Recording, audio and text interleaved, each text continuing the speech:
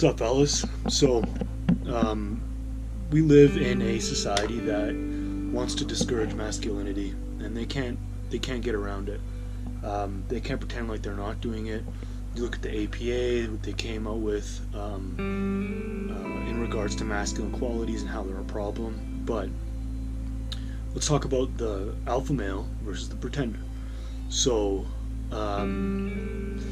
the pretender, let's identify who the pretender is, and then we'll identify who the alpha male is. The pretender is the guy who tries to lead, but he does so through putting other people down, through aggression, through shutting other people up, through not listening to other ideas, things that are not good for the group. And you think about military leadership is a great example. If you just your way or the highway and you don't listen to people who have better information than you, then you're going to fail. That's a pretender. If you look at the guy who's jacked, but he's useless, he can't fight, he can't run, he can't hike, he can't do anything because he's just immobile. You look at the guy who spends a lot of time on clothes, on how he looks, but has nothing in his heart, in his soul, no courage, no ambition, no daring. He's just vain. It's a pretender. Vanity is it's a weird attribute for a guy to have. So then we look at the alpha male. The alpha male is the leader. He both looks the part and acts the part. He can talk it, but he lives it as well. He's physically imposing, but he can actually act on that physicality.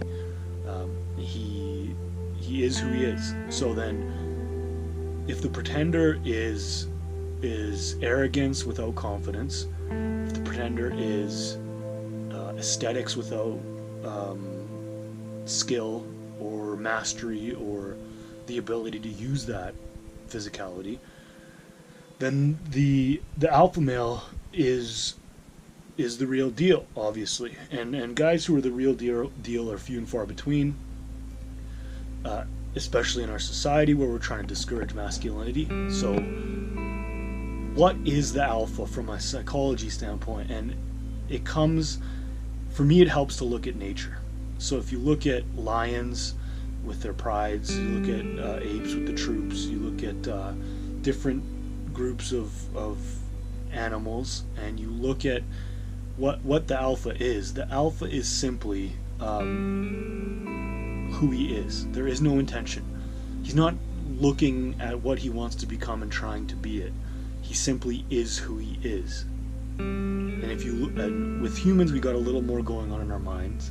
Like if an alpha ape is knocked off his pedestal, he typically tries to fight back and get that pedestal, get that throne back.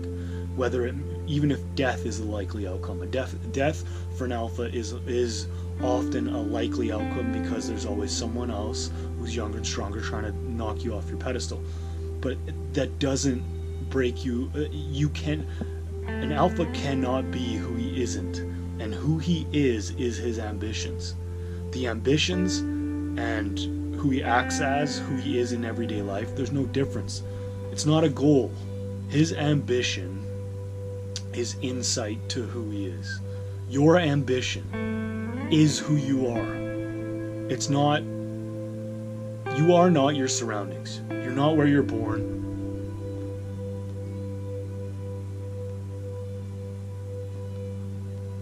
You're not what you've done thus far. You're not your failures. You're not your lack of achievement. You're not your lack of confidence. You're your ambition. That's insight into why you're here, and that's something that you have to not only listen to, but become. There's a great quote that winners are winners even before they start winning. And that is the essence of this alpha idea in your own life. You have to be your own alpha. You have to reach your potential. You have to lead. You have to be physically as best you can be. Physicality is a part of it. You can't be a fat slob and be an alpha. You have to be elite in every area of your life that you can control. And this life can get you down it can beat you up, it can try to prove to you that you are something other than what you deep down think you are, or what you deep down think you're capable of. And what you think you're capable of is how you have to act. You have to be a winner before you actually start winning. So when you think about alpha in your own life, really dial in on, one, your ambitions, what you really want from life, what you really think you're here to do, what you really want to achieve, and then identify virtues that encompass that. So I wrote down a couple. Ambition, I think, is very important. Hard work is a virtue that I think is necessary, because nothing has ever been won through laziness. You don't do anything through laziness. Peak physical shape. Yeah, you've got this body. The better condition you're in, the better condition you're in,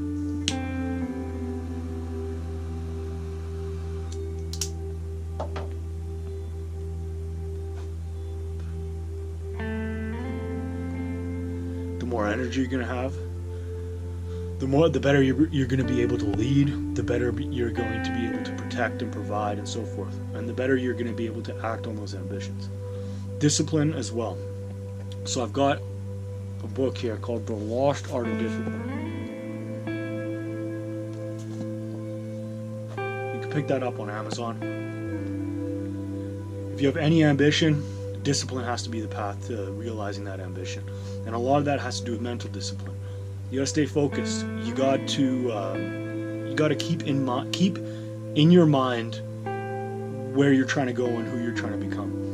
Have you ever heard of affirmations? It's kind of hokey. You repeat and you write down. You continually write down where you're trying to go or something that you really want to accomplish. I think that's good, simply because it points your mind in the right direction. It keeps your mind focused on where you're going, not mistakes you've made, not the past, not who you were raised to be, and all this stuff. So just constantly affirm what you're trying to do, what you're trying to accomplish. That is an aspect of mental discipline. Narrowing in on where you're trying to go. Courage and balls are a big part of, are an important virtue as well. If you don't have courage, if you don't have balls, life's going to push you down, life's going to keep you down, and you are going to be a sad, sad human being. If you've got balls, and it's just simply identifying something that you're afraid of and stepping into that fear with aggression. Aggression is a tool. It's not something that's bad. It's a tool to face your fears. So use aggression when facing your fears. That is courage and balls. And the last virtue I wrote down, I could have written more down, but I put humor.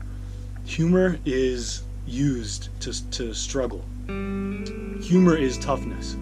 Humor is what the Jews in concentration camps used to kind of deal with the horror that they were going through. Every horrible, like the Brits use that when they're being bombed by Germans. Humor is necessary for struggle, and life is simply a matter of struggling well. The better you can struggle, the better life you will have. So add humor in there. But sit down, identify what you want to accomplish, write it down a lot, and then identify the virtues that you think encompass that guy that will get you there. And that is your alpha. That's the difference between an alpha and a pretender. The pretender tries to have little band-aids. He tries to cover up his weaknesses, and he's got a lot of them. He tries to cover it up with arrogance, maybe sometimes aggression in the wrong form, maybe sometimes dominance in the wrong form. The alpha, quiet, stoic, knows who he is, knows where he's going, and he's not going to let anyone get in the way of that. And he's probably going to bring a lot of people along with him on his rise. So be your ambitions. Don't think of them as something in the future. Become who they are. You are your ambitions. They are not separate from who you are. That's who you are. That's why you're here. And start living those ambitions. And with that, I'll put a link down below for the Lost Art of Discipline. No matter what your ambitions are, discipline is a part of reaching that goal. So pick that book up.